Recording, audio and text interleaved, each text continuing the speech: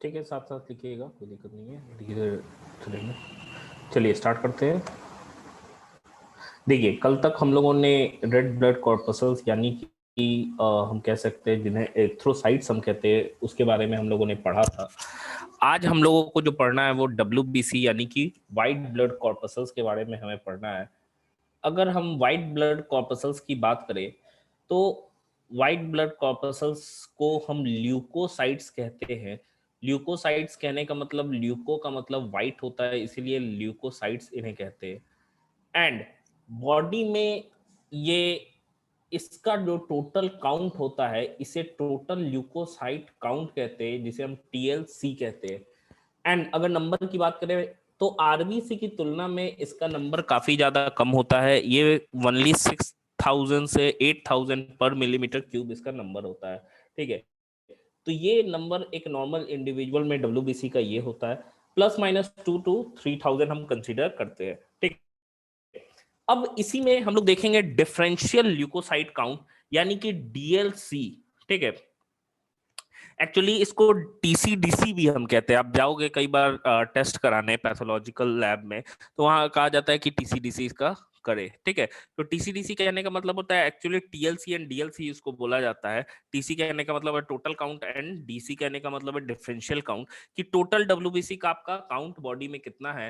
And अगर DC की बात कर रहे हैं, डिफरेंशियल कहने का मतलब कि इंडिविजुअल जो काउंट है, जो डिफरेंट टाइप ऑफ WBC है उनका काउंट कितना है। तो 5 डिफरेंट टाइप के हमको देखने को मिलते हैं। सर आवाज क्लियर नहीं आ रहा है। एक मिनट,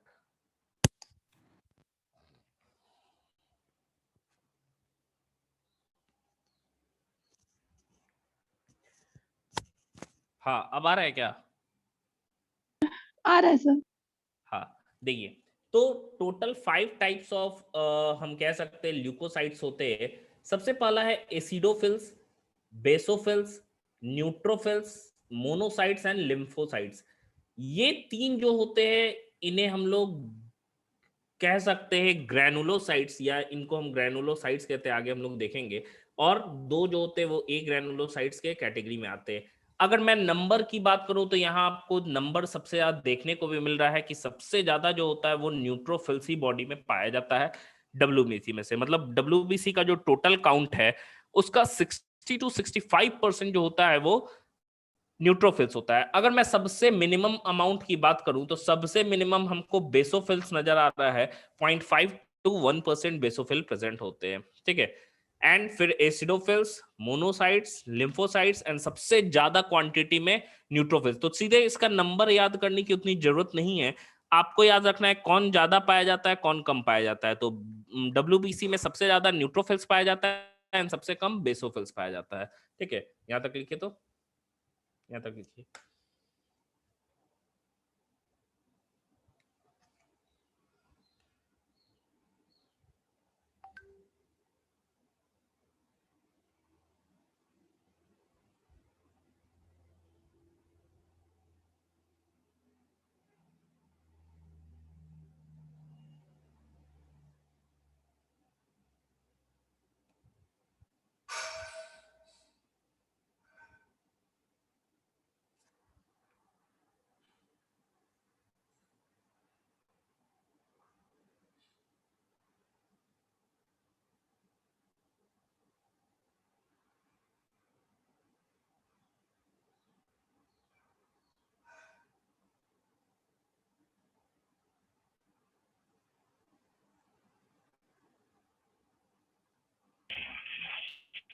मॉर्निंग सर।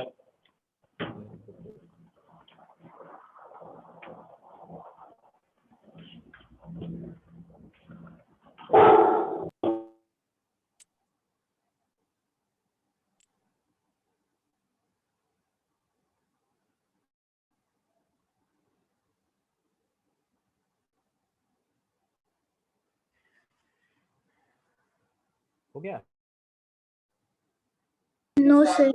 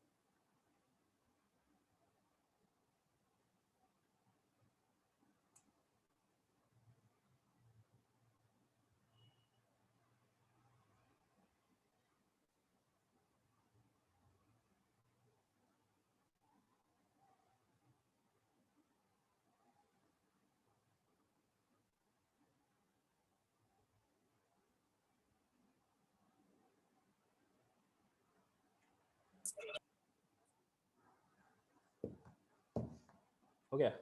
देखिए, चलिए आगे बढ़ रहे हैं हम लोग।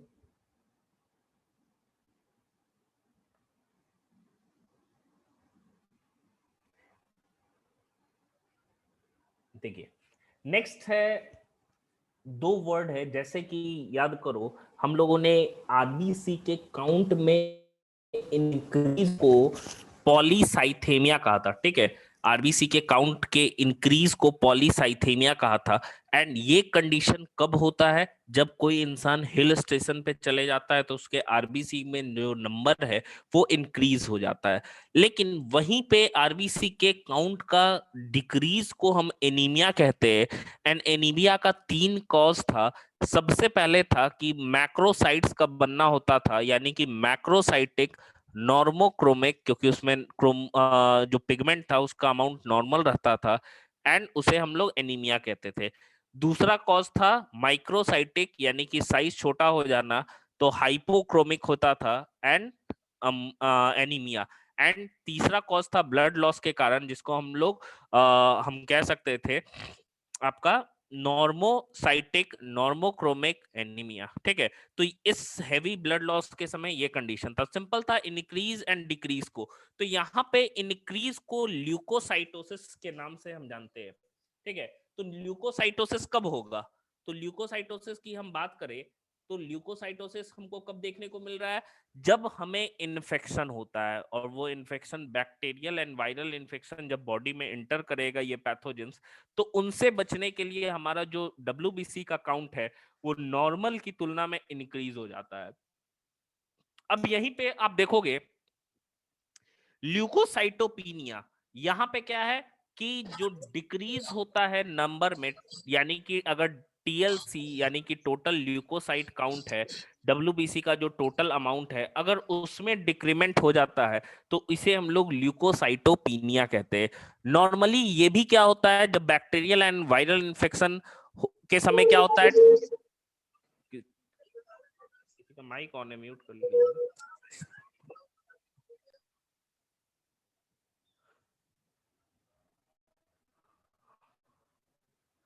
हाँ, देखिए, तो नॉर्मली क्या है, बैक्टीरियल एंड वायरल इन्फेक्शन के समय अमाउंट जो है टीएलसी वो इंक्रीज होता है। लेकिन टाइफॉइड और एड्स के केस में हम जानते हैं कि एड्स के केस में आप लोग जानते हैं इम्यूनो डेफिशिएंट हो जाता है, मतलब इम्यून सिस्टम कमजोर हो जा रहा है। जाहिर सी बात है, जो डब्ल्यूबीसी का नंबर है वो कम होगा तभी तो इम्यून सिस्टम कमजोर होगा।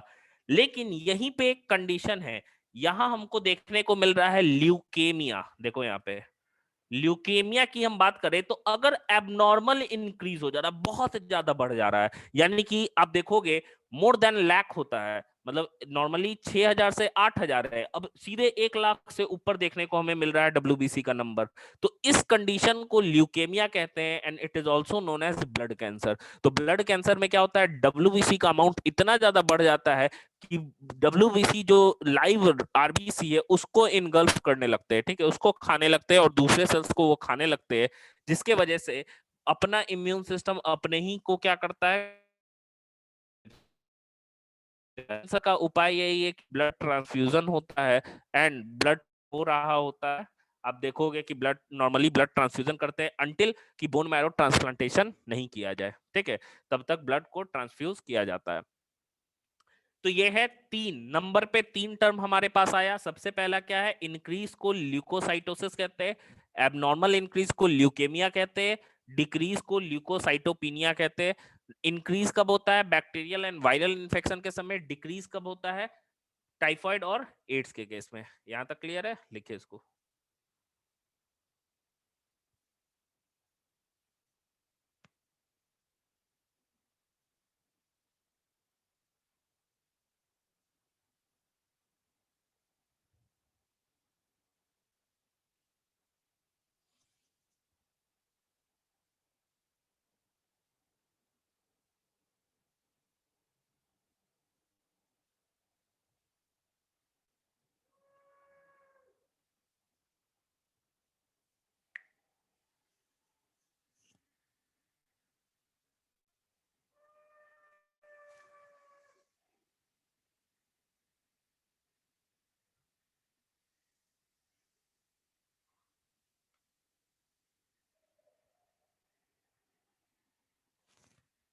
हो गया, चलिए नेक्स्ट है यहाँ पे। सर 1 मिनट रुक जाइए सर। अच्छा, 1 मिनट रुक जाइए। हाँ, लिखिए।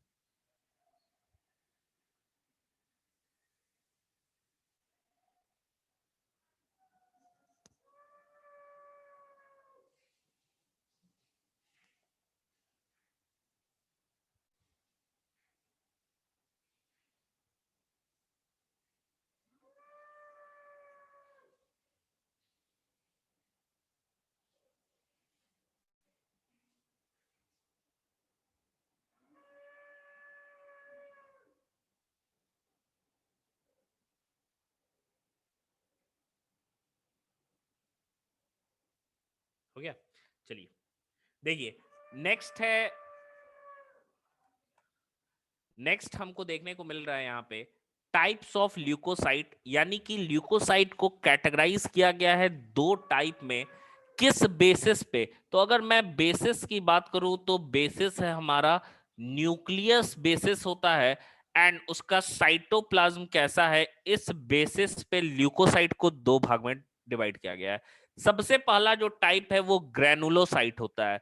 ग्रेनुलोसाइट हम लोग किस लिए कहते हैं, क्योंकि इसके साइटोप्लाज्म के अंदर कुछ ग्रेन्यूल्स पाए जाते हैं जो कि स्पेसिफिक डाई से स्टेन किए जा सकते हैं। मतलब एसिडिक डाई से स्टेन किए जा सकते हैं, या बेसिक डाई से स्टेन किया जा सकते हैं, या फिर हम कह सकते हैं कि दोनों के दोनों डाई से स्टेन किए जा सकते हैं। एंड अगर हम न्यूक्लियस की बात करें तो ग्रेनुलोसाइट में जो न्यूक्लियस होता है वो एक्चुअली मल्टी लोब्ड होता है। अब मल्टी लोब्ड कहने का मतलब क्या हो गया, मान लो ये सेल है हमारा, ठीक है, ये सेल है एंड ये इसका न्यूक्लियस है। एंड न्यूक्लियस नॉर्मल ऐसा होता है। अगर मल्टी लोब्ड की हम बात करेंगे तो मल्टी लोब में न्यूक्लियस कैसा होगा भाई, मल्टी लोब में न्यूक्लियस ऐसे लोब में बटा होगा। मान लो ये 2 लोब में न्यूक्लियस बटा हुआ है, तो इस तरह के न्यूक्लियस को मल्टी लोब्ड कहते हैं। एंड ये क्या होता है, यूनी लोब्ड होता है या सिंगल लोब्ड होता है, कि नॉर्मल एक सर्कुलर न्यूक्लियस है। एंड न्यूक्लियस के मल्टी लोब्ड होने के कारण, ठीक है, इस तरह के डब्ल्यूबीसी को पॉलीमॉर्फो न्यूक्लियर डब्ल्यूबीसी कहते हैं। पॉली मतलब एक से ज्यादा, मॉर्फो वर्ड हम लोगों ने पढ़ा भी है मॉर्फोलॉजी में, यानी कि अपीयरेंस या स्ट्रक्चर, एंड न्यूक्लियर मतलब न्यूक्लियस का स्ट्रक्चर जो है वो पॉलीमॉर्फो है, मतलब एक से ज्यादा स्ट्रक्चर है। तो हम कह सकते हैं ग्रेनुलोसाइट्स को पॉलीमॉर्फो न्यूक्लियर डब्ल्यूबीसी के भी नाम से जानते हैं। जितने भी ग्रेनुलोसाइट्स है और साथ ही साथ ए ग्रेनुलोसाइट्स, ये सारे के सारे ब्लड सेल्स हैं, एंड ब्लड सेल्स का फॉर्मेशन बोन मैरो में होता है। बोन मैरो की हम बात करें तो बोन मैरो में ये तीनों फॉर्म करते हैं, एंड ये 3 तरीके के होते हैं। आगे हम लोग पढ़ेंगे एसिडोफिल्स, बेसोफिल्स एंड न्यूट्रोफिल्स। इसमें याद करो अभी हम लोगों ने पढ़ा है कि न्यूट्रोफिल्स का अमाउंट क्या होता है, सबसे ज्यादा होता है। न्यूट्रोफिल्स मैक्सिमम अमाउंट में पाए जाते हैं, ठीक है, ये सबसे ज्यादा होता है। एंड इसी ग्रेनुलोसाइट्स में जो बेसोफिल्स होते हैं ये मिनिमम क्वांटिटी में पाए जाते हैं, ठीक है। तो ये होते हैं मिनिमम, वो होता है मैक्सिमम। अब आप देखो दूसरा जो है उसमें कोई भी ग्रेन्यूल्स नहीं पाया जा रहा है। तो जब ग्रेन्यूल्स पाए जाएंगे ही नहीं, तो इस तरह के WBC को ए ग्रेनुलोसाइट्स के नाम से हम जानते हैं। एंड इसका साइटोप्लाज्म बिल्कुल ही क्लियर रहता है, एंड यहाँ पे ग्रेनुलर नहीं होगा, यहाँ पे लिख लीजिएगा ए ग्रेनुलर होगा, ठीक है, ए लगा लीजिएगा आगे। और इसमें न्यूक्लियस भी है, इसमें न्यूक्लियस देखो यहाँ पे पॉलीमॉर्फो न्यूक्लियर टाइप था, यहाँ मोनो न्यूक्लियर WBC है। मतलब इसका WBC कैसा है भाई, इसका WBC ऐसा है, ठीक है, मतलब सिंगल एक ही लोब है, मोनो न्यूक्लियर है। ये भी बोन मैरो में प्रोड्यूस किए जाते हैं, एंड ये दो तरह के होते हैं, मोनोसाइट्स एंड लिम्फोसाइट्स। तो ये टाइप है किस बेसिस पे, न्यूक्लियस और nature of cytoplasm. Nature of cytoplasm कहने का मतलब है उसके अंदर ग्रेन्यूल्स पाए जाएंगे जो कि स्पेसिफिक डाई यानी कि एसिडिक, बेसिक या दोनों से स्टेन किए जा सकते हैं, तो उन्हें हम लोग ग्रेनुलोसाइट्स कहते हैं। एंड ग्रेनुलोसाइट्स के जो न्यूक्लियस होते हैं वो मल्टी लोब्ड होते हैं, एंड मल्टी लोब्ड होने के साथ साथ हम कह सकते हैं आपस में वो जुड़े रहते हैं। जब न्यूक्लियस मल्टी लोब्ड होगा तो इस तरह के न्यूक्लियस को, इस तरह के WBC को हम लोग polymorpho nuclear type of WBC कह सकते हैं। एंड ये तीन तरीके के होते हैं on the basis of staining, acidophils, basophils and neutrophils. दूसरा, एक ग्रेनुलोसाइट्स की हम बात करें तो एक ग्रेनुलोसाइट्स में कोई भी ग्रेन्यूल नहीं पाया जाता है, एंड वो साइटोप्लाज्म उसका क्लियर होता है। इसका न्यूक्लियस भी डिवाइडेड नहीं होता है लोब्स में, इस वजह से इसे हम लोग मोनोन्यूक्लियर WBC कहते हैं। ये दो तरह के होते हैं, मोनोसाइट्स एंड लिम्फोसाइट्स। देखिए तो इसको, सर इसमें ग्रैन्यूल्स से वो माइक्रोट्यूब्यूल या फिर प्रोटीन स्ट्रक्चर को रिप्रेजेंट कर रहा है। क्या चीज, सर आप क्या बोल रही हैं वैष्णवी, सर साउंड नहीं आ रहा है थोड़ा सा। क्या बोल रही हैं वैष्णवी? सर बोल रहे हैं ना, ये जो इसमें साइटोप्लाज्म ग्रैन्यूल्स है, ये हाँ हाँ, प्रोटीन मॉलिक्यूल्स या फिर जो उसमें कार्बोहाइड्रेट्स वगैरह होते हैं या फिर माइक्रोट्यूब्यूल को रिप्रेजेंट कर रहा है। कुछ सर्टेन ऑर्गेनिक कंपाउंड्स होते हैं जो स्टेन किए जाते हैं एसिडिक और बेसिक डाइज से। सर तो फिर वो, और मतलब कि एक्सट्रैक्ट करने के लिए हम लोग एसिडिक या फिर बेसिक या फिर न्यूट्रल के अकॉर्डिंग हम लोग उसको एक्सट्रैक्ट कर सकते हैं, यही चीज ना। उसको स्टेन कर सकते हैं, मतलब यस जैसे सर। समझो हाँ। कि एसिडिक डाई से स्टेन करेंगे तो वो, अगर एसिडोफिल्स होगा तो एसिडिक डाई से स्टेन होता है, बेसोफिल बेसिक डाई से होता है। जैसे एसिडिक डाई हम लोग कह सकते हैं कौन सा होता है, मिथाइल ऑरेंज हो गया, हाँ, मिथिलीन ब्लू मिथाइल हो गया, ऑरेंज। बेसिक। हाँ, यस सर। और फिर सर ये इसमें तो एक ग्रैनुलोसाइट में तो कोई ग्रैनुल्स होते नहीं है, तो उसको स्टेन करने का जरूरत ही नहीं नहीं, पड़ती। स्टेन स्टेन नहीं किए जा सकते ये। Yes sir. हाँ, यहाँ तक लिखिए तो।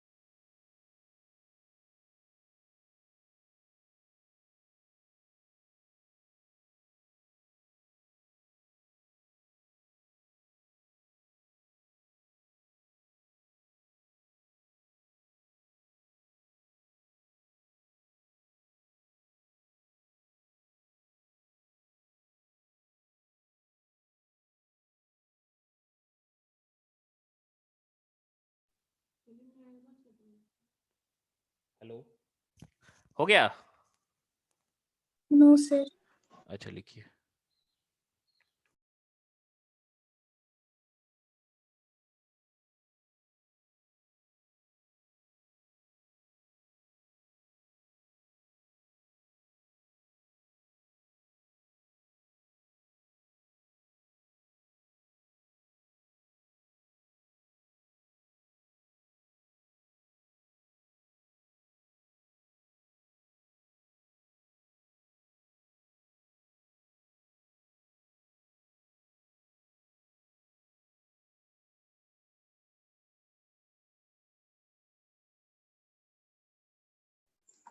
सर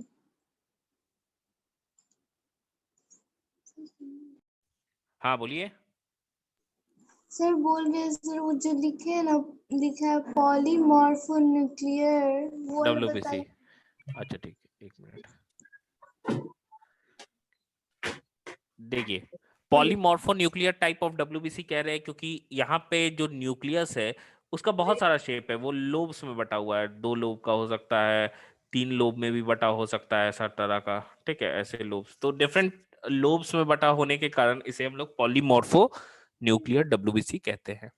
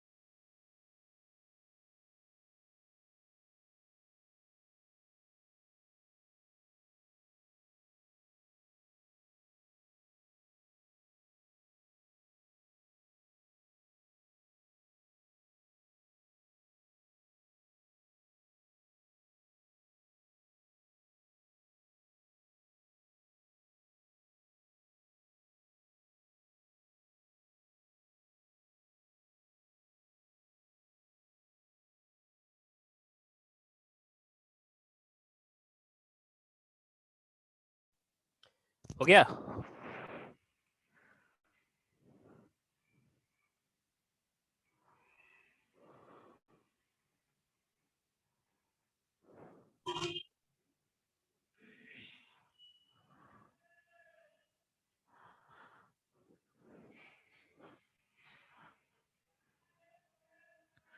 ओके, चलिए अब देखिए, एक एक करके हमको जितने भी जो हमारे ग्रेनुलोसाइट्स है या फिर ए ग्रेनुलोसाइट्स है, मतलब डिफरेंट टाइप जो है WBC का, चाहे वो एसिडोफिल्स हो, बेसोफिल हो, न्यूट्रोफिल हो, मोनोसाइट हो, लिम्फोसाइट हो, सबको एक एक करके हमें पढ़ना है।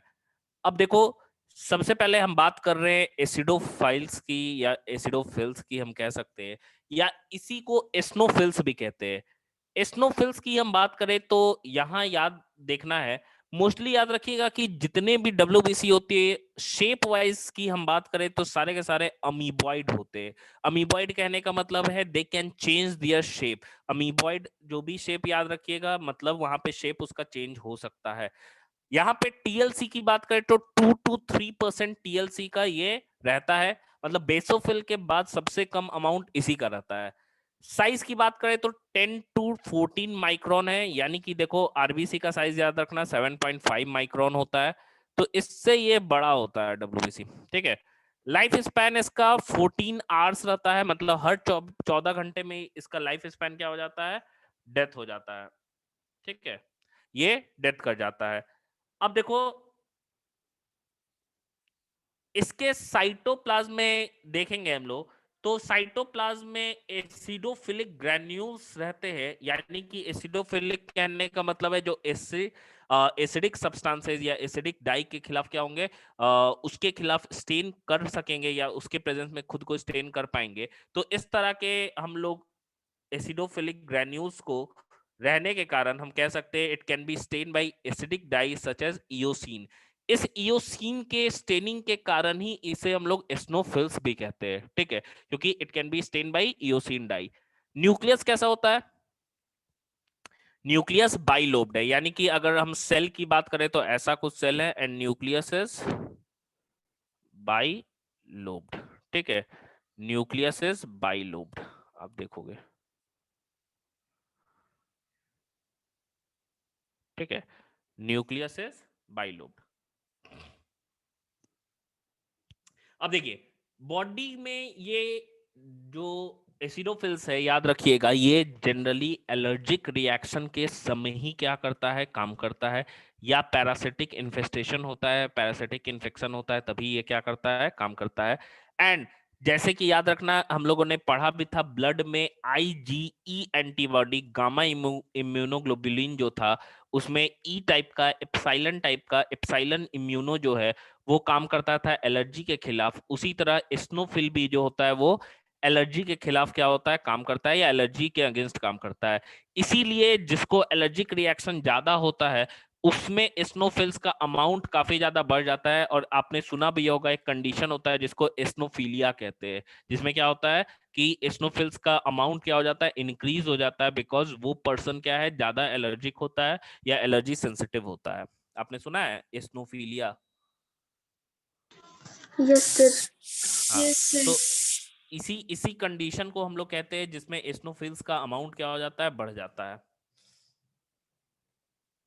अब देखिए यहाँ पे एलर्जी के समय क्या सिक्रीट होता है, हिस्टामिन। मैंने पढ़ाया भी था, मास्ट सेल जो है हिस्टामिन सिक्रीट करता है एलर्जी के समय, जो स्वेलिंग के लिए रेस्पॉन्सिबल होता है।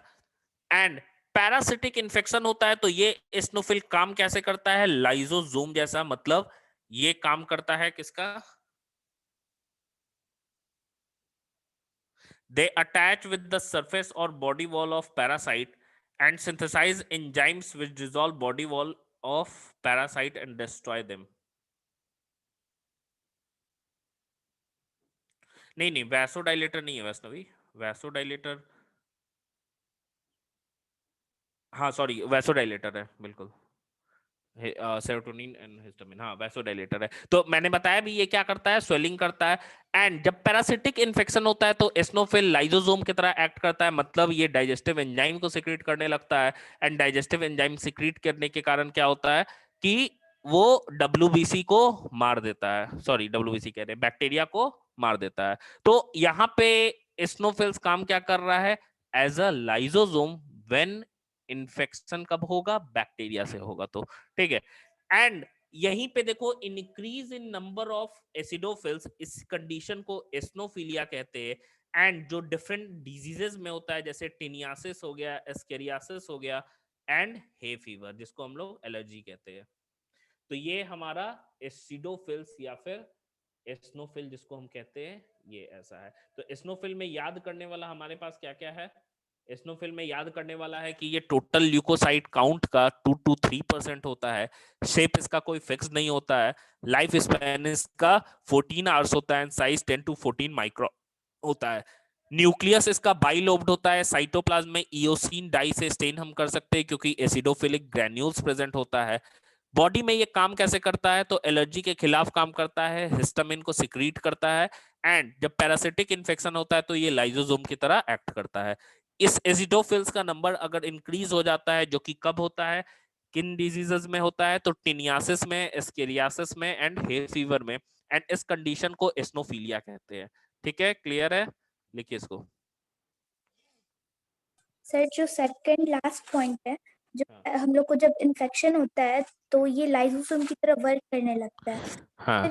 तो ये प्रॉपर फंक्शन बता रहा है कि वो बॉडी वॉल पे मतलब प्रेजेंट जो होता है जो वो। पैरासाइट है, जैसे पैरासाइट है, मान लो बैक्टीरिया आया, ठीक है, तो बैक्टीरिया के सरफेस पे ये चिपक जाएगा। एंड सिर्फ सरफेस पे चिपक के ये क्या करेगा, लाइसोसोम डाइजेस्टिव मटेरियल निकालेगा जो उसके सेल वॉल को डाइजेस्ट कर देगा। एंड सेल वॉल डाइजेस्ट हो जाएगा तो हमारे पीएच से ही वो मर जाएगा। इससे मतलब कि उसका वो एसिडिक अपना पीएच का तो होता ही है लाइसोसोम का, तो वो उससे सेल वॉल्स का डिस्ट्रॉय कर देगा जिससे हाँ बैक्टीरिया। हाँ हाँ,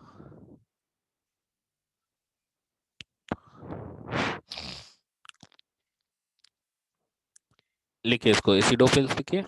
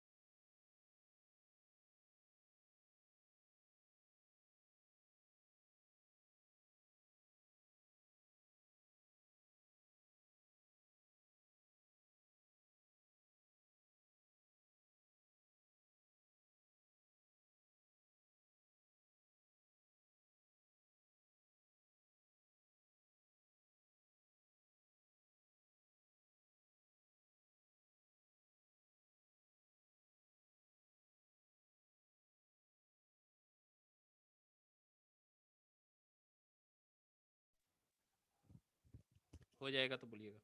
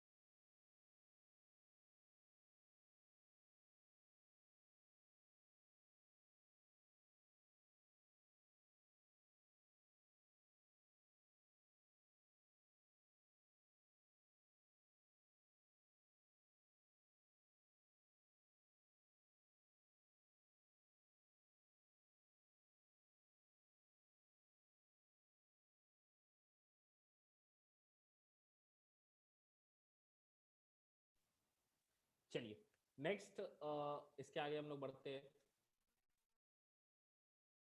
बात कर रहे हैं एसोफेज की बात करें तो इसका से ज्यादा होता है। ठीक है, जितने भी डब्ल्यूबीसी है, जितने भी आपके 5 सर टाइप के वॉइस लैग डब्ल्यूबीसी कर हमने रहा है। पढ़ा अभी।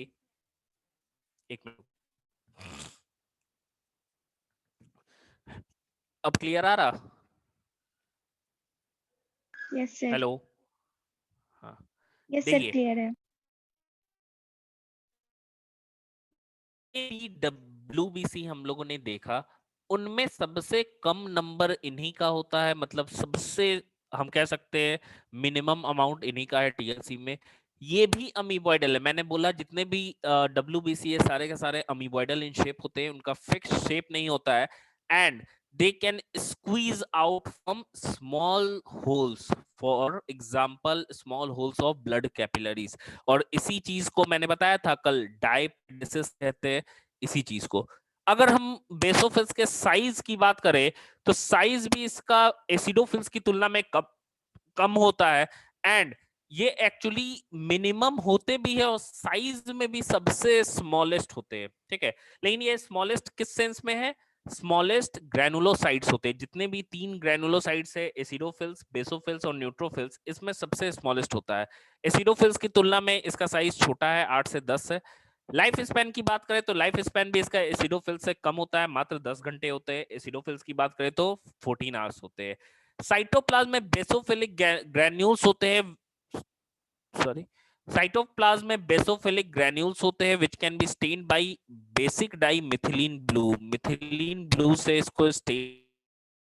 न्यूक्लियस एस शेप्ड का होता है, याद रखिएगा, न्यूक्लियस एस शेप्ड का होता है, 2 लोब में भी बटा होता है, नॉर्मली 3 लोब का होता है।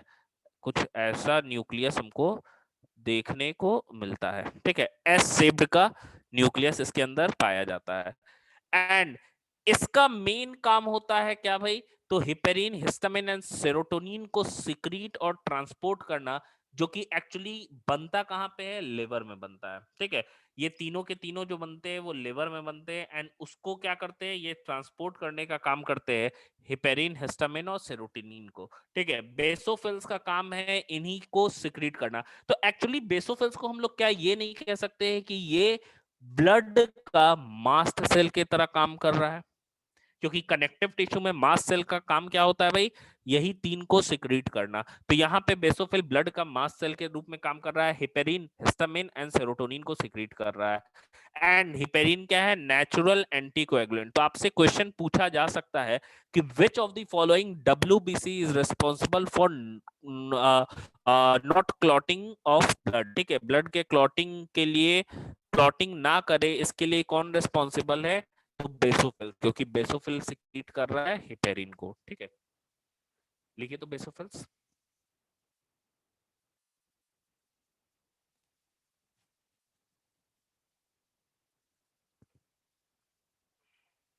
ये क्लियर हुआ कि कुछ पूछना है?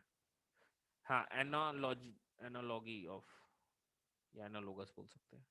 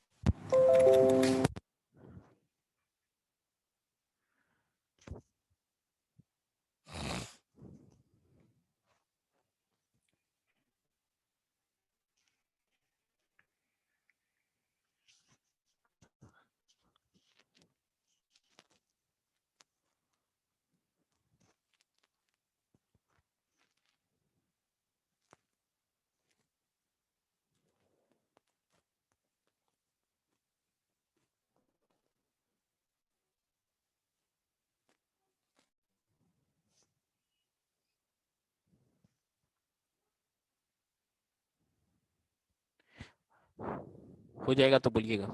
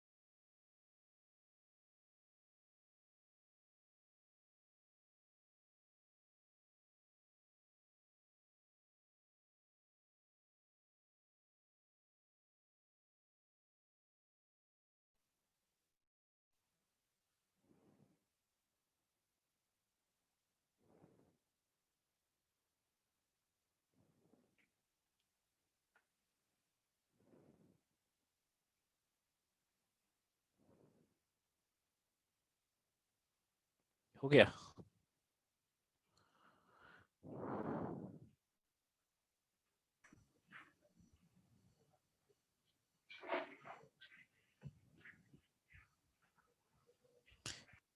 चलिए नेक्स्ट तीसरा और लास्ट हमारा जो ग्रैनुलोसाइट्स है वो है न्यूट्रोफिल्स।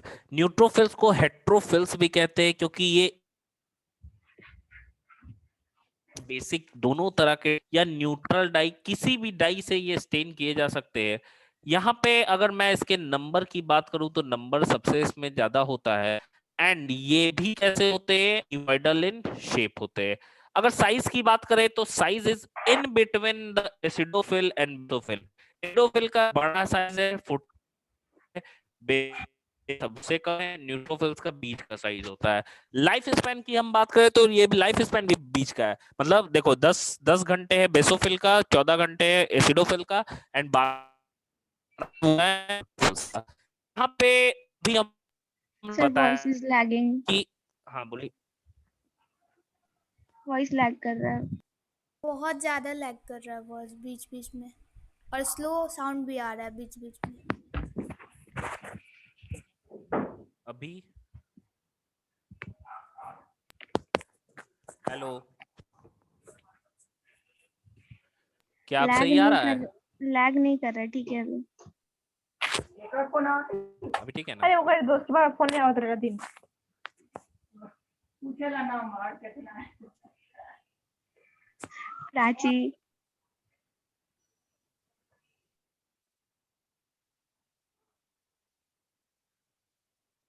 चलिए देखते हैं। देखिए न्यूट्रोफिल्स की हम बात कर रहे हैं, न्यूट्रोफिल्स को हम हेट्रोफिल्स भी कहते हैं। इसका नंबर सबसे ज्यादा होता है एंड शेप की बात करें तो शेप में अगर हम देखें तो शेप अमीबॉइडल इन शेप होता है इसका, ठीक है। साइज और लाइफ स्पैन दोनों का दोनों एसिडोफिल और बेसोफिल के बीच का होता है। मतलब एसिडोफिल में लाइफ स्पैन 14 आवर्स का है, बेसोफिल में 10 आवर्स का है और न्यूट्रोफिल्स में 12 आवर्स का है। साइज की बात करूं तो एसिडोफिल्स में 14 माइक्रोन तक होता है, बेसोफिल्स में 8 to 10 होता है एंड इसमें 10 to 12 माइक्रोन का होता है। साइटोप्लाज्म की हम बात करें तो साइटोप्लाज्म में ऐसे ग्रैन्यूल्स पाए जाते हैं which can be stained by any type of dye, for example acidic, basic as well as neutral dye, ठीक है। न्यूक्लियस जो है सबसे ज्यादा लोब्स में डिवाइडेड होता है, 3 से 5। नॉर्मली इससे बेसोफिल में एस शेप का था, इसमें क्या है भाई 3 लोब है, इसमें हम कह सकते हैं 4 से 5 लोब में न्यूक्लियस डिवाइड हो सकता है, ऐसा कुछ न्यूक्लियस हो सकता है, ठीक है। एंड मैक्सिमम लोब्ड न्यूक्लियस जो है इस न्यूट्रोफिल्स में पाया जाता है। न्यूट्रोफिल्स में लोब्स के काउंटिंग को एक साइंटिस्ट है जिनका नाम अर्नेथ था, इसी चीज को हम अर्नेथ काउंट कहते हैं। मतलब न्यूट्रोफिल्स है उसमें गिनना कि उसमें 4 लोब है कि 5 लोब है कि 3 लोब है कि 2 लोब है, ये चीज जो गिनना जो है ये काउंट करना है, इसी काउंटिंग को ही हम अर्नेथ काउंट कहते हैं। तो अगर मैं कहूं कि एक न्यूट्रोफिल है जिसमें 5 लोब्ड है या 5 लोब्ड न्यूट्रोफिल है तो उसका अर्नेथ काउंट कितना है, तो अर्नेथ काउंट भी उसका 5 है, ठीक है। तो अर्नेथ काउंट क्या है, number of lobes is equal to Arneth count. ये एक्टिव और मोटाइल डब्ल्यूबीसी है क्योंकि ये जो डब्ल्यूबीसी है मेनली रिस्पॉन्सिबल होता है फैगोसाइटोसिस के लिए, खाने के लिए, ठीक है। And they can squeeze and comes out from the wall of blood capillaries in tissue site पे ब्लड कैपिलरीज से बाहर आ जाता है और इसी स्क्वीजिंग प्रॉपर्टी को मैंने बताया भी था डायापेडेसिस कहते हैं, इसको हम लोग डायापेडेसिस कहते हैं।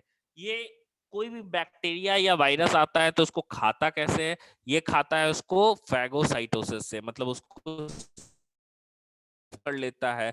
एंड फैगोसाइटिक नेचर होने के कारण एंड छोटा साइज होने के कारण इसको माइक्रो पुलिसमैन ऑफ ब्लड भी कहते हैं।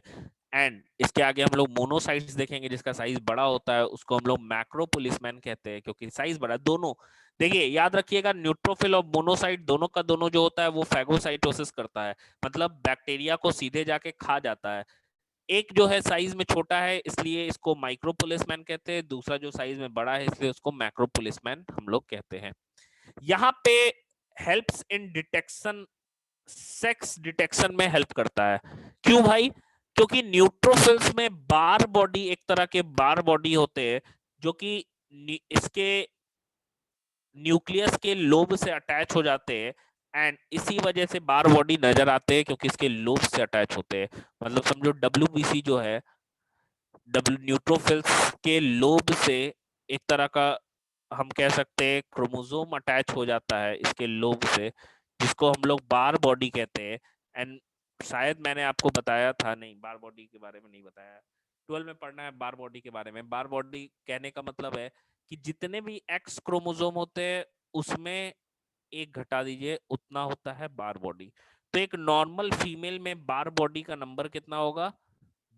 एक, क्योंकि एक नॉर्मल फीमेल में कितना होता है 44 प्लस एक्स एक्स क्रोमोसोम। तो नॉर्मल फीमेल में बार बॉडी का नंबर कितना होता है? 1। ठीक है, मतलब 2 X chromosome 2 minus 1 is equal to 1। And एक नॉर्मल मेल के केस में बार बॉडी 0 होता है, बार बॉडी होता ही नहीं है। तो Barr body is actually help in sex detection, sex determination में हेल्प कर रहा है। यानी कि हम कह सकते हैं बार बॉडी जो है अगर पाया गया मतलब वो एक नॉर्मल फीमेल है, बार बॉडी नहीं पाया गया है मतलब वो एक नॉर्मल मेल है। ठीक है, तो न्यूट्रोफिल्स यही है। क्या क्या पॉइंट्स हमने पढ़ा न्यूट्रोफिल्स के बारे में, एक बार मैं फिर से दोहरा बार रहा हूँ। बॉडी एक बार और बता दीजिए ना, वो जो एक्स क्रोमोसोम वाला बताए थे। ठीक है, बता दे। देखिए, बार बॉडी हम लोग कह रहे हैं कि एक तरह के स्ट्रक्चर्स है जो कि एक बार नाम के साइंटिस्ट थे, उन्होंने बताया था कि फीमेल में एक क्रोमोसोम होता है जो एक तरह का एक्स क्रोमोसोम है जो कि न्यूक्लियस के लोब से अटैच होता है एंड एक हेट्रोक्रोमेटिन का पार्ट बनाता है। हेट्रोक्रोमेटिन कहते हैं, जैसे मैंने बताया भी था, यू क्रोमेटिन एंड हेट्रोक्रोमेटिन। शायद तो क्रोमेटिन अगर बहुत ज्यादा कंडेंस स्ट्रक्चर हो जाता है तो वो क्या हो जाएगा, ट्रांसक्रिप्ट नहीं कर पाएगा, मतलब वो डीएनए से आरएनए उतना आसानी से नहीं बना पाएगा। लेकिन जो फ्री रहेगा, जो स्ट्रेट चेन के रूप में रहेगा, वो आसानी से डीएनए से आरएनए बनाता है। तो जो ट्रांसक्रिप्शनली एक्टिव होता है, ट्रांसक्रिप्शनली एक्टिव कहने का मतलब वो डीएनए का पार्ट जो आसानी से ये, या फिर वो क्रोमेटिन का पार्ट जो कि आसानी से आरएनए बना सकता है, उसको ट्रांसक्रिप्शनली एक्टिव कहते हैं। उस पार्ट को यू क्रोमेटिन कहते हैं। एंड जो नहीं बनाता है, जिसको डिफिकल्टी होती है, उसको ट्रांसक्रिप्शनली इनएक्टिव पार्ट कहते हैं या उसी को हेट्रोक्रोमेटिन कहते हैं। तो बार बॉडी भी एक तरह का हेट्रोक्रोमेटिन है। ठीक है, वो हेट्रोक्रोमेटिन है। एंड बार बॉडी एक नॉर्मल फीमेल में पाया जाता है। बार बॉडी पता करने का जरिया क्या होता है? Number of x chromosome -1। तो नंबर ऑफ नॉर्मल फीमेल में एक्स क्रोमोसोम कितने हैं? 2। तो 2 - 1 इज इक्वल टू 1। तो एक नॉर्मल फीमेल में बार बॉडी का नंबर कितना होता है? 1। एक नॉर्मल मेल में कितना होगा? एक्स वाई होता है ना, तो एक्स वाई क्या हो जाएगा? 1x है, तो 1 - 1 इज इक्वल टू 0। तो एक नॉर्मल मेल के केस में क्या होता है? बार बॉडी होता ही नहीं है। यही है बार बॉडी। अब समझ में आया?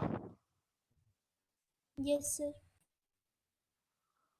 लिखिए तो इसको, न्यूट्रोफिल्स लिखिए, हो जाएगा तो बोलिएगा।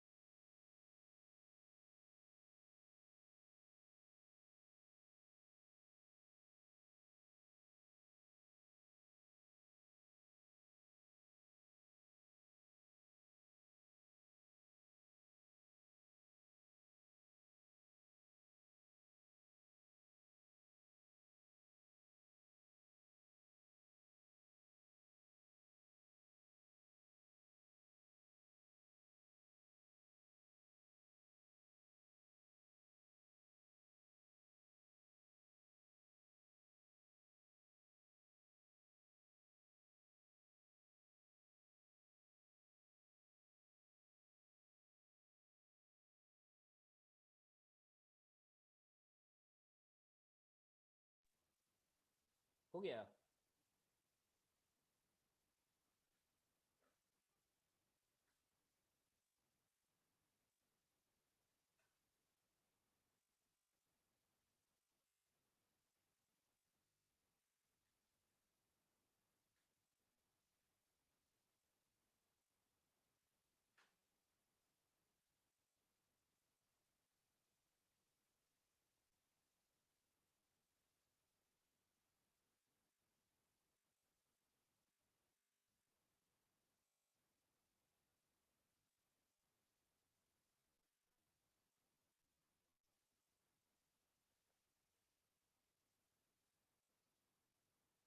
नहीं हुआ?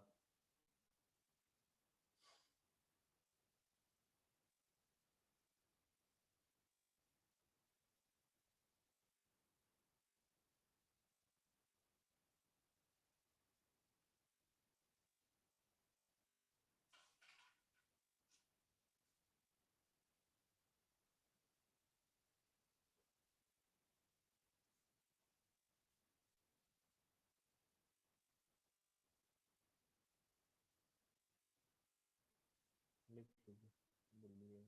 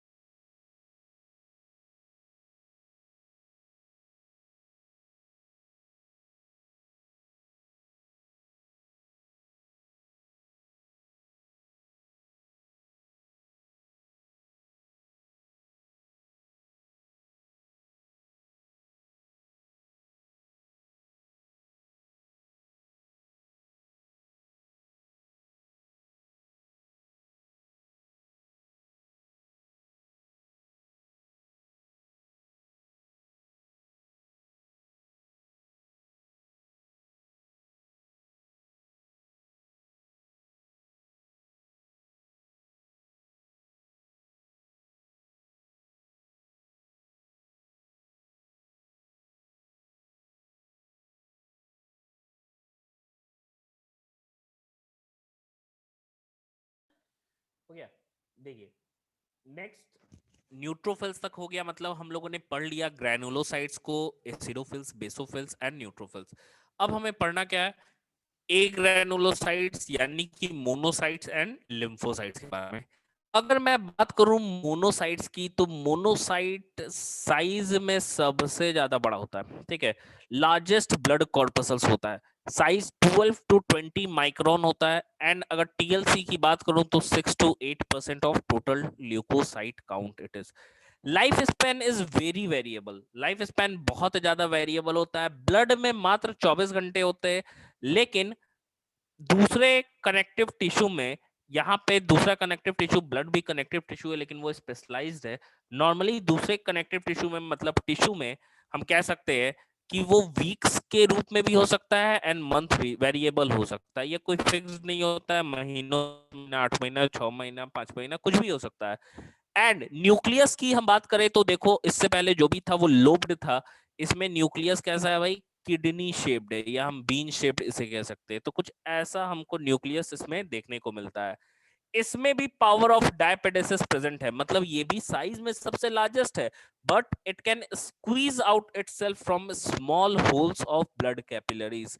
एंड ये भी एक्टिवली मोबाइल डब्ल्यूबीसी है। Why? Because they are involved in phagocytosis of bacteria as well as viruses.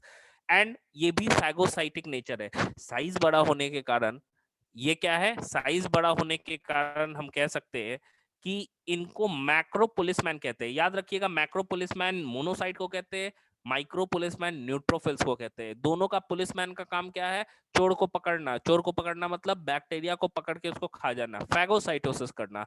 यहाँ पे फैगोसाइटोसिस करता है। मोनोसाइट्स सिर्फ और सिर्फ बैक्टीरिया या वायरसेस को ही नहीं खाता है, ये डैमेज्ड सेल को भी खाने का काम करता है और ब्लड को क्लीन करने का काम करता है। इसीलिए इसको स्कैवेंजर ऑफ ब्लड भी हम कहते हैं, क्योंकि ये ब्लड को साफ कर रहा है मोनोसाइट, ताकि जो भी वॉर्न आउट, मान लो डेड डब्ल्यूबीसी आरबीसी जो ब्लड में ही रह जाते हैं, या जो दूसरे हम कह सकते हैं प्लेटलेट्स है, उनका जो टॉर्न पार्ट है, या हम कह सकते हैं जो टुकड़ा है, उसको वो क्या करते हैं? इनगल्फ कर जाते हैं। तो मोनोसाइट्स एज वेल एज न्यूट्रोफाइल्स दोनों के दोनों जो है वो फैगोसाइटोसिस करते हैं। एक साइज में छोटा होने के कारण माइक्रो पुलिसमैन कहलाता है, दूसरा साइज में बड़ा होने के कारण मैक्रो पुलिसमैन कहलाता है। ठीक है, क्लियर है? देखिए इसको,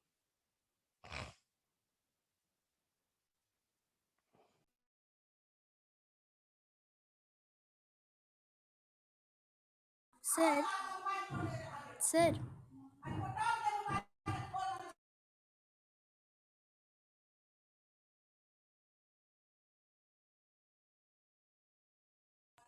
सर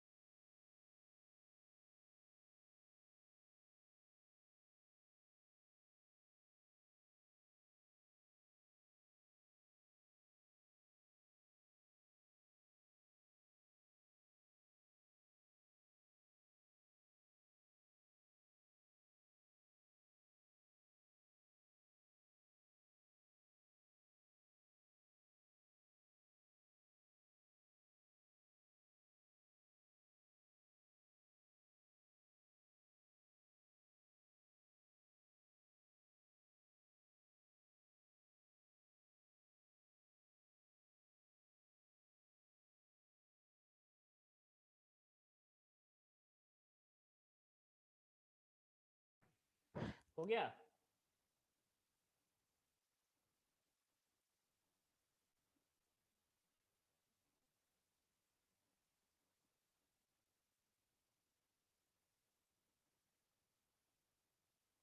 चलिए लास्ट हमें पढ़ना है, लास्ट हमें पढ़ना है सर लिम्फोसाइट्स के लास्ट बारे में। लाइन एक बार दिखाई ना, लास्ट लाइन बचा है अच्छा बस। एक मिनट लिखिए।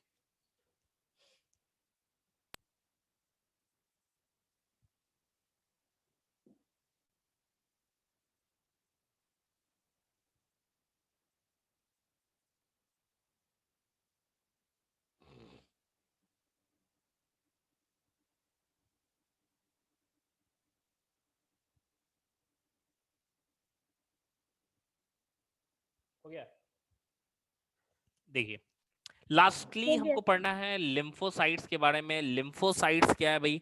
लिम्फोसाइट्स का नंबर अगर हम लोग देखें तो it is 20 to 25% of total leukocyte count, ठीक है। 20 से 25% ऑफ टीएलसी प्रेजेंट होता है। ये भी अमीबॉइडल, याद रखिएगा जितने डब्ल्यूबीसी सारे के सारे अमीबॉइडल होते हैं, शेपलेस होते हैं, मतलब वेरिएबल शेप के होते हैं। ये स्मॉलेस्ट डब्ल्यूबीसी है, देखिए बेसोफिल स्मॉलेस्ट ग्रेनुलोसाइट है, मतलब 3 में एसिडो बेसो और न्यूट्रो में सबसे स्मॉलेस्ट बेसोफिल है। लेकिन टोटल डब्ल्यूबीसी में सबसे स्मॉलेस्ट लिम्फोसाइट होता है, 6 से 16 माइक्रोन ही इसका लेंथ होता है, ठीक है। मिनिमम 6 माइक्रोन तक होता है, इसीलिए इसको हम लोग स्मॉलेस्ट कंसीडर करते हैं। लाइफ स्पैन भी काफी ज्यादा वेरिएबल है। ब्लड के केस में मैक्स टू मैक्स 10 डेज होता है, एवरेज 7 डेज to 8 डेज होता है। लेकिन कनेक्टिव टिश्यू में इसका मंथ हो सकता है, ईयर हो सकता है, या होल लाइफ हो सकता है। मतलब एक लिम्फोसाइट पूरी जिंदगी तक जिंदा रह सकता है टिश्यू पे, ठीक है, मतलब कनेक्टिव टिश्यू में, दूसरे कनेक्टिव टिश्यू में अपार्ट फ्रॉम ब्लड। ये न्यूक्लियस इसमें लार्ज होता है and cytoplasm is peripheral. For example मान लो ये हम सेल हम लोगों ने ड्रॉ किया, न्यूक्लियस काफी बड़ा है एंड इसका देखो यहाँ साइटोप्लाज्म पेरिफेरल रीजन पे चला जाता है, न्यूक्लियस काफी बड़ा होता है इसका। एंड लिम्फोसाइट्स दो तरीके का होते हैं, कौन कौन से भाई? तो देखेंगे हम लोग, देखिए यहाँ पे। सर एक लाइन डाउट था, ऊपर करिए ना हाँ बोलो। स्लाइड। सर मोनोसाइट्स में। हाँ बोलिए। सर मोनोसाइट्स में आप ये जो कनेक्टिव टिश्यू वाला जो दिया हुआ है ना, इसका life span in blood less than 24 hours, हाँ but in connective tissue it may be week और मंथ। कनेक्टिव टिश्यू वाला मेरे को समझ में नहीं आया। कनेक्टिव टिश्यू मतलब कि बॉडी में दूसरे कनेक्टिव टिश्यू, मान लो फाइब्रस कनेक्टिव टिश्यू में, या फिर हम कह सकते हैं एरियोलर में, एडिपोज में, उनमें इनका लाइफ स्पैन ज्यादा हो सकता है, लेकिन ब्लड के केस में लाइफ स्पैन काफी ज्यादा कम होता है, ये बात है। Yes yes. देखिए लिम्फोसाइट्स की हम बात करें तो लिम्फोसाइट्स दो तरीके के हैं, टी एंड बी लिम्फोसाइट्स। ये टी और बी लिम्फोसाइट्स दोनों का जो लिम्फोसाइट्स है, ये किस बेसिस पे है? मैचुरेशन के बेसिस पे। मैचुरेशन मतलब कि समझो कि जितने सेल है हम लोगों ने पढ़ा है सारे के सारे, जब एम्ब्रायनल स्टेज में होते हैं तो लिवर प्रोड्यूस करता है, लेकिन बाद में जन्म लेने के बाद लॉन्ग बोन्स में कहाँ प्रोड्यूस हो रहे हैं? रेड बोन मैरो में, जो कि कहाँ होता है? एपिफाइसिस पे। एपिफाइसिस में कहाँ होता है? ट्रेबिकुली के अंदर। तो ट्रेबिकुली के अंदर आपको रेड बोन मैरो रहता है एंड उसी के अंदर जितने भी ब्लड कॉर्पसल्स से सारे का सिंथेसिस हो रहा होता है। लेकिन सिंथेसिस हुआ मतलब जन्म ले लिया, अब उसकी ट्रेनिंग कहाँ हो रही है? देखो लिम्फोसाइट्स करेगा क्या? लिम्फोसाइट्स करता है इम्यून सिस्टम को स्ट्रॉन्ग। डब्ल्यूबीसी करेगा क्या? It actually fight against the pathogens और इन्फेक्शियस एजेंट्स। तो लिम्फोसाइट्स का काम क्या है भाई? लड़ने का। तो उसकी जो ट्रेनिंग हो रही है, मान लो कि वो पैदा हो गया, अब उसको भेज दिया गया, वो कहाँ वो ट्रेनिंग ले रहा है? कहाँ कमांडो वाली ट्रेनिंग ले रहा है? तो वो कहाँ ले रहा है? इस आधार पे दो तरह के लिम्फोसाइट्स होते हैं। कौन कौन से भाई? तो एक वैसा लिम्फोसाइट मैंने बताया था, याद करना, मैंने बताया था एक ग्लैंड के बारे में जिसे हम लोग थाइमस ग्लैंड कहते हैं। Thymus gland.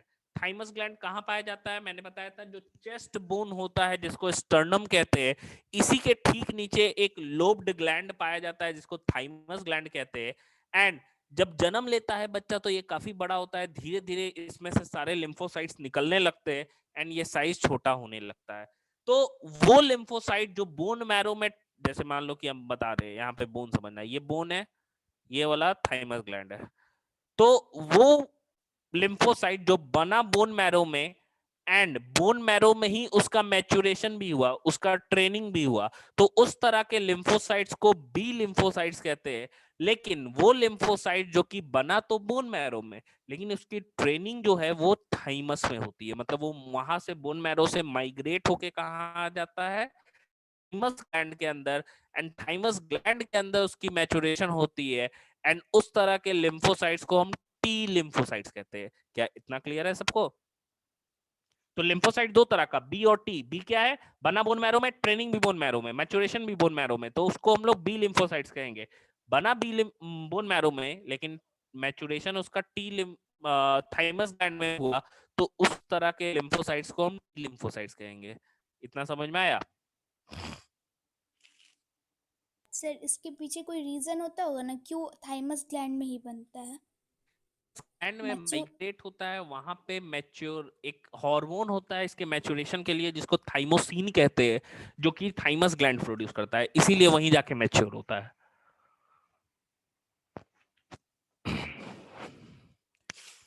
अब देखिए, टी लिम्फोसाइट्स को फंक्शन के आधार पे तीन तरह के लिम्फोसाइट्स में क्लासिफाई किया गया है। ठीक है, किस आधार पे? फंक्शन के आधार पे। देखो, सबसे पहला है टी किलर, या इसी को साइटोटॉक्सिक कहते हैं, जो डायरेक्टली बैक्टीरिया और वायरस को खा जाता है या मार देता है, हम कह सकते हैं। दूसरे क्या है? T helper cell. हेल्पर कहने का मतलब है ये खुद कुछ काम नहीं कर रहा है, लेकिन दूसरा क्या है? बी लिम्फोसाइट्स को क्या करता है? स्टिमुलेट करता है कि भाई एंटीबॉडी प्रोड्यूस करो। ठीक है। तीसरा है टी सप्रेसर। ये क्या है भाई? ये टी किलर सेल को सप्रेस करके रखता है। मान लो टी किलर सेल है, ज्यादा एक्टिव हो जाएगा ना, तो बैक्टीरिया छोड़ के अपने ही सेल को खाने लगेगा। ठीक है, तो उसको हमेशा सप्रेस करके रखने वाला, कि रोकने वाला भी, एक कमांड करने वाला भी एक सेल होना चाहिए, जिसको रोक के रखे और ये बताए कि तुमको बाहर वाले सेल को खाना है, ना ही अंदर वाले सेल को खाना है। नहीं तो टी किलर सेल क्या करेगा? वो ज्यादा एक्टिवेट हो जाएगा, एंड हम कह सकते हैं नॉन सेल्फ सेल के जगह सेल्फ सेल यानी खुद ही के सेल को खाने लगेगा, एंड हम कह सकते हैं ये ऑटो इम्यून डिजीजेस को कॉज कर देगा। ठीक है, मतलब अपना इम्यून सिस्टम, इंसान का अपना इम्यून सिस्टम अपने ही खिलाफ वर्क करने लगेगा। दूसरा है बी लिम्फोसाइट्स की हम बात करें तो ये बोन मैरो में प्रोड्यूस होता है, एंड इसका मेन फंक्शन होता है एंटीबॉडीज का फॉर्मेशन। जैसे नॉर्मली समझना, ये वाला टी लिम्फोसाइट से ड्रॉ कर रहा है, ये टी है भाई, ये टी लिम्फोसाइट है, ये वाला बी लिम्फोसाइट है। ठीक है, एक बैक्टीरिया आया, अब बैक्टीरिया के ऊपर मोटा सा दीवार है, ऐसे सेल वॉल है। अब समझो कि टी लिम्फोसाइट इसको सीधा आएगा खाने के लिए। अब देखा कि बहुत मोटा दीवार है, इसको खा नहीं पा रहा है, तो बी वाला क्या करेगा? कुछ केमिकल्स को सिक्रीट करेगा, जिसे हम एंटीबॉडीज कहते हैं, जो हमने पढ़ा था। इसी को क्या कहते हैं? गामा ग्लोब्यूलिन्स कहते हैं। एंड गामा ग्लोब्यूलिन्स करेगा क्या कि इस जो वॉल है उसको डिग्रेड कर देगा। ठीक है, इस वॉल को ये खा जाएगा। जब वॉल खत्म हो जाएगा तो ये टी लिम्फोसाइट्स अब आसानी से इस बैक्टीरिया को कंज्यूम कर देगा, खा जाएगा। तो यही चीज है, टी और बी मिलके काम कर रहा है। टी का टाइप याद रखिएगा, किलर सेल डायरेक्टली खाता है। दूसरा हेल्पर सेल खुद काम नहीं कर रहा है, लेकिन वो बी वाले को हेल्प कर रहा है कि वो एंटीबॉडी बनाए। तीसरा जो है सप्रेसर, वो क्या करता है? अपना टी किलर सेल को सप्रेस करके रखता है ताकि वो खुद ही के सेल को ना खाए। क्या इतना समझ में आया? सर हाँ ऐसा बोलिए। ये मेरा कंक्लूजन सही है क्या एक बार, कि सर हम लोग का जब यंग बेबी होते हैं, जब हाँ बच्चे जन्म होते हैं, तो उसमें बोन मैरो तो प्रॉपर बोन मैरो तो फॉर्म नहीं होता है, तो फिर उसका थाइमस ग्लैंड इसलिए बड़ा होता है क्योंकि उसी में ये लिम्फोसाइट ये सब डब्ल्यूबीसी फॉर्म होता है, और इसके कारण वो इजीली मतलब फाइट कर लेता है, क्योंकि हाँ, डब्ल्यूबीसी का इनिशियली क्या उसको लार्ज अमाउंट में चाहिए होगा, जितने भी उसके लिम्फोसाइट्स है। ठीक है, तो बोन मैरो से सारे के सारे क्या होते हैं? थाइमस में माइग्रेट हो जाते हैं मैक्सिमम, वहां पे मैच्योरेशन होते रहते हैं। जैसे जैसे बड़े हो रहे हैं तो हमारा इम्यून सिस्टम कमजोर हो रहा है, क्योंकि हमारा थाइमस ग्लैंड धीरे धीरे श्रिंक हो रहा है।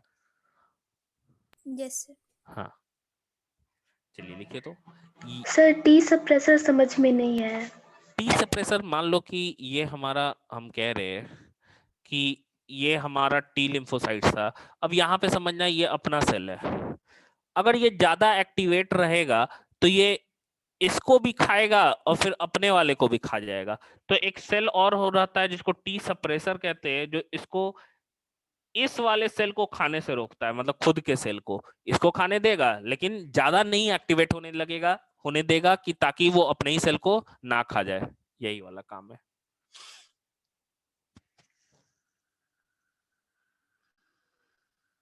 समझ में आया सबको?